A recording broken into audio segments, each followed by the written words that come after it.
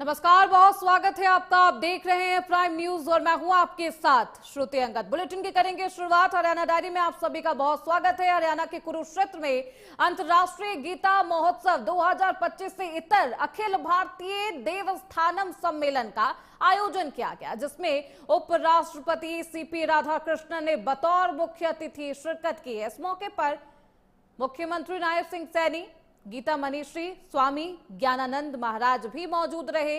नायब सिंह सैनी ने अपने संबोधन में सबसे पहले धर्म क्षेत्र कुरुक्षेत्र की पावन धरा पर उपराष्ट्रपति के पहले आगमन पर हार्दिक स्वागत किया है और अभिनंदन करते हुए दिखाई दिए। मौके पर गीता का संदेश देते हुए सीएम सैनी ने कहा कि 10वें अंतर्राष्ट्रीय गीता महोत्सव के इस भव्य सभागार में सभी तीर्थों के प्रतिनिधियों के रूप में मानो पूरे भारत के पावन तीर्थों के दर्शन हो रहे हो।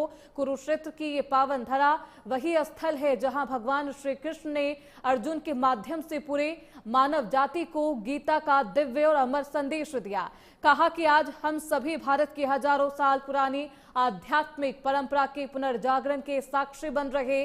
कहा कि हमारे तीर्थ स्थल सदैव भाव, भक्ति, ज्ञान और जीवन मूल्यों के केंद्र में रहे। इन्हीं सांस्कृतिक और आध्यात्मिक मूल्यों की यात्रा को आगे बढ़ाने में ये सम्मेलन एक अत्यंत सार्थक और प्रेरणादायक पहल है।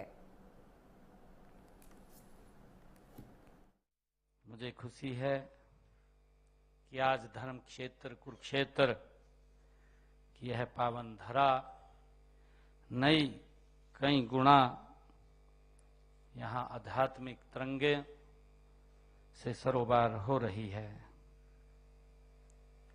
जैसा पूरे देश के तीर्थस्थलों की शक्ति आज इस सभागार में उतर आई है, इन दिनों पूरे हरियाणा प्रदेश में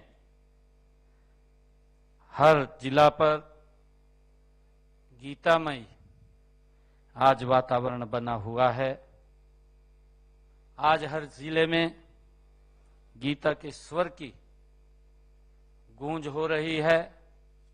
विभिन्न तीर्थों पर गीता महोत्सव की ये धूम है।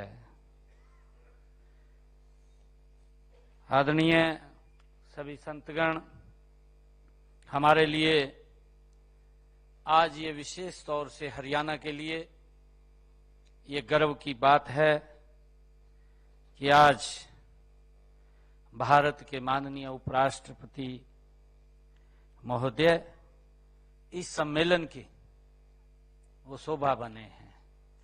इस सम्मेलन में वो आए हैं।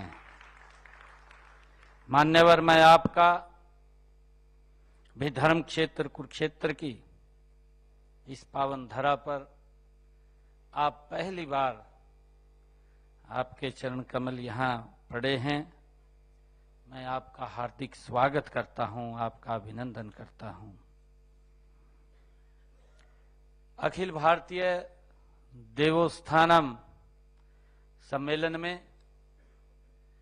माननीय उपराष्ट्रपति जी और पूज्य संतजनों की उपस्थिति ये एक दिव्य ही संयोग है। भारत के माननीय उपराष्ट्रपति जी, आप संवैधानिक परंपराओं के संरक्षक हैं।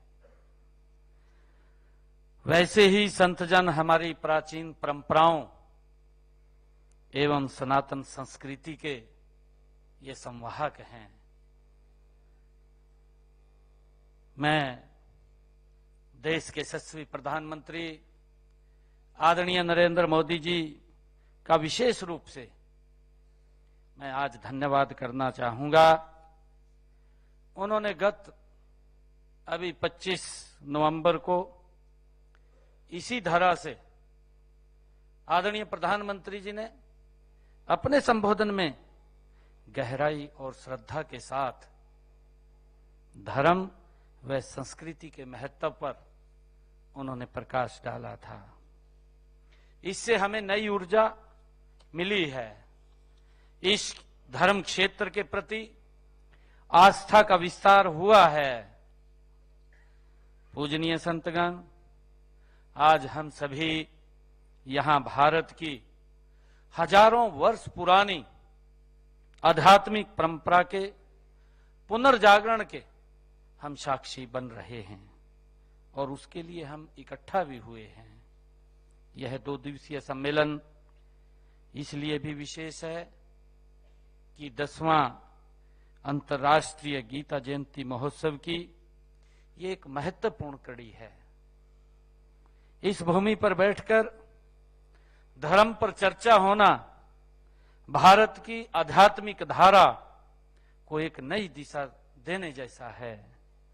जब यह सम्मेलन गीता महोत्सव के साथ मिलकर आयोजित हो रहा है तो इसकी ऊर्जा, इसकी शक्ति, इसका प्रभाव कई गुना बढ़ गया है।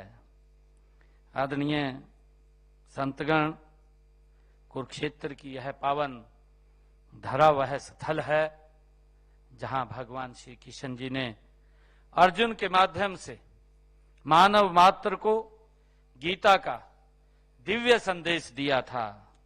वह संदेश दुनिया को जीवन का शाश्वत मार्ग दिखा रहा है।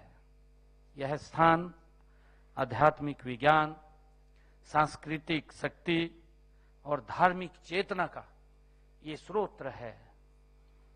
प्रिय हमारे आदरणीय संतजनों, ऐसे स्थान पर अखिल भारतीय देवस्थानम सम्मेलन का आयोजन अपने आप में एक गौरवपूर्ण है। आदरणीय संतगण, भारत की संस्कृति की सबसे बड़ी शक्ति यह है कि वह समय के साथ बदलती है लेकिन अपनी जड़ों से जुड़ी रहती है। तो फिलहाल इसी के साथ हरियाणा डायरी में बस इतना ही। रुकेंगे छोटे से ब्रेक के लिए, फौरन लौटेंगे।